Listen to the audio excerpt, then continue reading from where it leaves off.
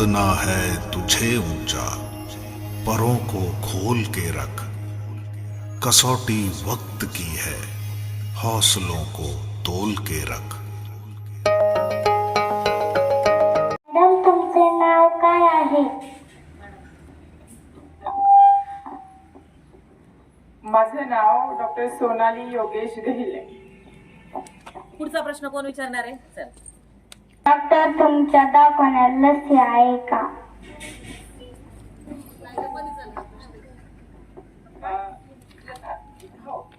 जन्मजात जी बाळं जन्माला येतात त्या मुलांना माझ्याकडे लसी दिल्या जातात आणि जी टोडलर आहेत, जी थोडीशी मोठी मुलं आहेत, त्यांच्यासाठी आता आपल्या नवीन दवाखान्यामध्ये सगळ्या लसी उपलब्ध होणार आहेत.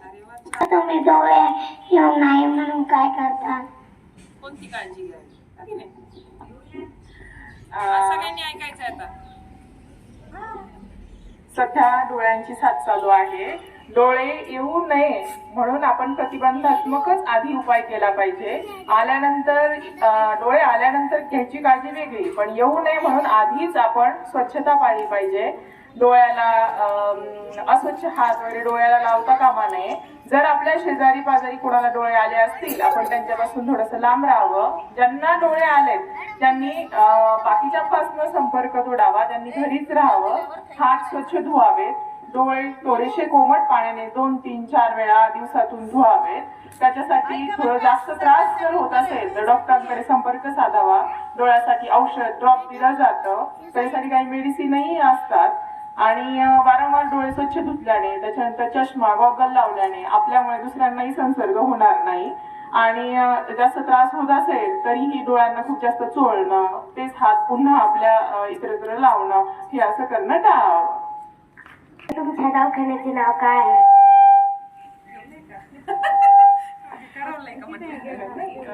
दवाखान्याचं शौर्य हॉस्पिटल आणि मॅटर्निटी होम. पण तुम्ही कोणत्या शाळेत शिकतात आणि होतात? तू खूप छान प्रश्न विचारला. मला सांगायला खूप आनंद होतो की मी पण तुमच्यासारखी जिल्हा परिषद मराठी शाळा सोनेवाडी इथून शिकलेली आहे.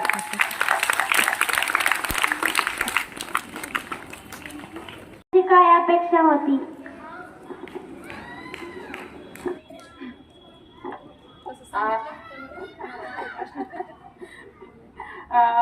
माझे वडील शिक्षक आहेत, म्हणजे होते, आता ते रिटायर झाले, आणि आई गृहिणी होती.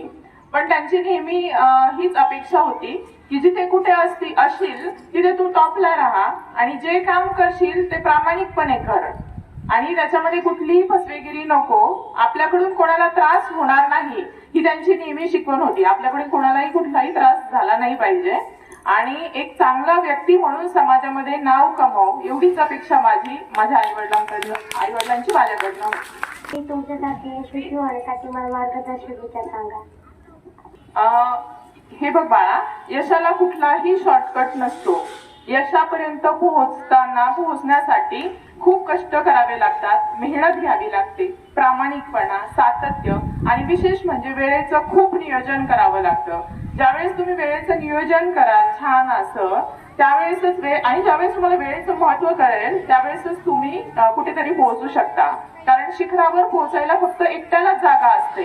बाकी हे सगळे असं करतात म्हणून मी असं केलं तर आपण कधीच त्या ठिकाणी पोहोचू शकत नाही. आपल्या जगण्याचे मूलमंत्र आपण स्वतः ठरवले पाहिजे. चांगले विचार दुसऱ्यांकडनं आपण आत्मसात केले पाहिजे. ज्यांचं सगळं जे चांगलं आहे ते घेऊन जे वाईट आहे ते त्याच ठिकाणी सोडून आपण जेव्हा पुढे जातो आणि ज्यावेळेस आपण कष्ट करत राहतो, सातत्य करतो, नेहमी सातत्य करतो आणि तेही जे करणार ते प्रामाणिकपणाने करतो, त्यावेळेस आपण नक्कीच यशस्वी होतो. तर तुम्ही डॉक्टर झाले म्हणून तुम्हाला काय वाटते? मॅडम, तुम्हाला आमच्या शाळेतून कसं वाटलं? हा छान प्रश्न होता. तुमच्या शाळेत येऊन मला खरंच खूप छान आनंद झाला आणि तुमची प्रश्न विचारण्याची उत्सुकता आणि त्याच्यानंतर तुम्ही जे प्रश्न तयार केलेत ते एकदम तुम्ही अप्रोप्रिएट आहात, म्हणजे व्यवस्थित छान असे प्रश्न तुम्ही तयार केलेत.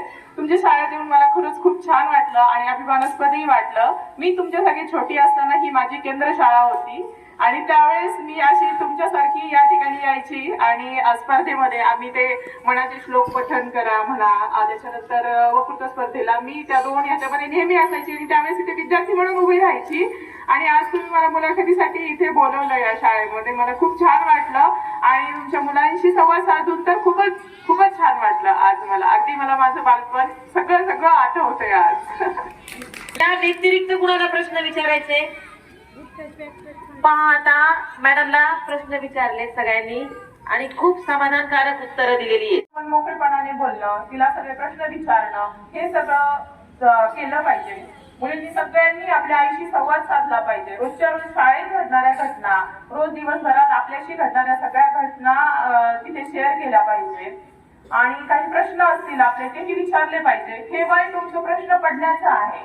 तुम्हाला या वयामध्ये खूप प्रश्न पडतील, हे असं का, ते तसं का, ते केल्यानंतर काय होतं, हे सगळे प्रश्न एकतर आपण आपल्या शिक्षकांना विचारले पाहिजे किंवा घरी आई वडिलांना विचारले पाहिजे. जे काही तुमच्यासाठी उभेच असतात ते तुमच्या सगळ्या प्रश्नांना उत्तर देतात. ज्यावेळेस तुम्ही शाळेत असता, ज्यावेळेस घरी असता, त्यावेळेस तुम्ही तुमच्या आई वडिलांना विचारलं पाहिजे. कारण एकदा ह्या वयामध्ये अनुत्तरित राहिलेल्या प्रश्नांची उत्तरे तुम्हाला परत नाही मिळत. त्याच्यामुळे ते तुम्ही त्या वेळेतच केले पाहिजे. कुठल्याही अनोळखी व्यक्तीशी, अपरिचित व्यक्तीशी काही त्यांच्याकडनं घेऊन ते काही तुम्हाला लालच दाखवतील, काही आम्हीच दाखवू, तुम्ही आमच्या बरोबर चला असं म्हणतील, तर त्या ठिकाणी तुम्ही जाणं टाळलं पाहिजे. त्याच्यानंतर तुमची तुमच्या वर्गामधील जे लहान मुलं, वर्गामधील जे तुमचे क्लास वर्गमित्र आहेत, हे सगळे तुम्ही भाऊ बहीण किंवा वर्गमित्र या नात्याने सगळ्यांनी एकमेकांशी छान संवाद साधला पाहिजे. एकमेकांकडे